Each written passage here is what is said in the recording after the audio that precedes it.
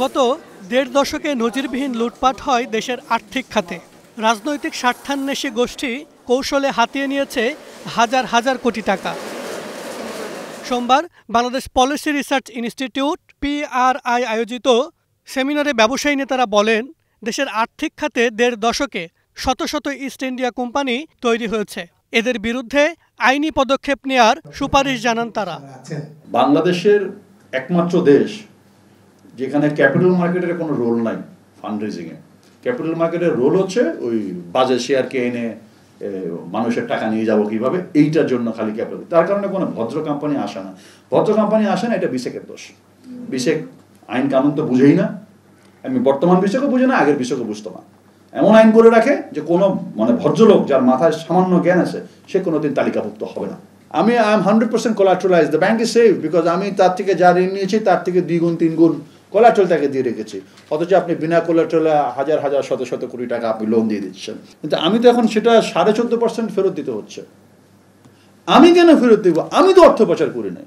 এইসব লোকগুলোকে কাঠগড়া দাঁড়া করাতে হবে। আমি যদি মনে করি যে আমার কারো কাছে জবাবদিহি করবে না, তাহলে তো আমার সাহস আসবে।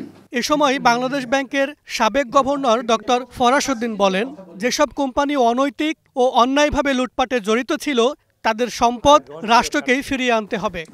অবশ্যই বাংলাদেশ ব্যাংকে সব রকমের ব্যাংকের উপরে নজরদারি করার ক্ষমতা দিতে হবে। এটা শুধু প্রাইভেটকে করবে আর পাবলিককে করবে এটা হইতে পারে না।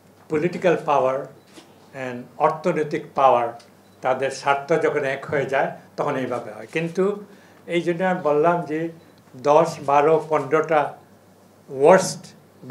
ওয়ার্স্ট ইস্ট ইন্ডিয়া কোম্পানিকে আইডেন্টিফাই করা হয়েছে অলরেডি। তাদেরকে পার্সু করে, তাদেরকে শাস্তি দেন।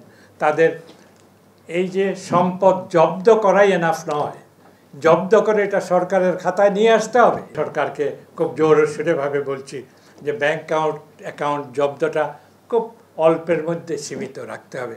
ওই যে 10-15 জন কুলাঙ্গার বললাম তাদের মধ্যে রাখতে হবে। দেশের সরকারি বেসরকারি সকল ব্যাংকে বাংলাদেশ ব্যাংকের নজরদারি আরও জোরদার করার তাগিদ দেন সাবেক এই গভর্নর। মাহাবুল ইসলাম, স্টার নিউজ, ঢাকা।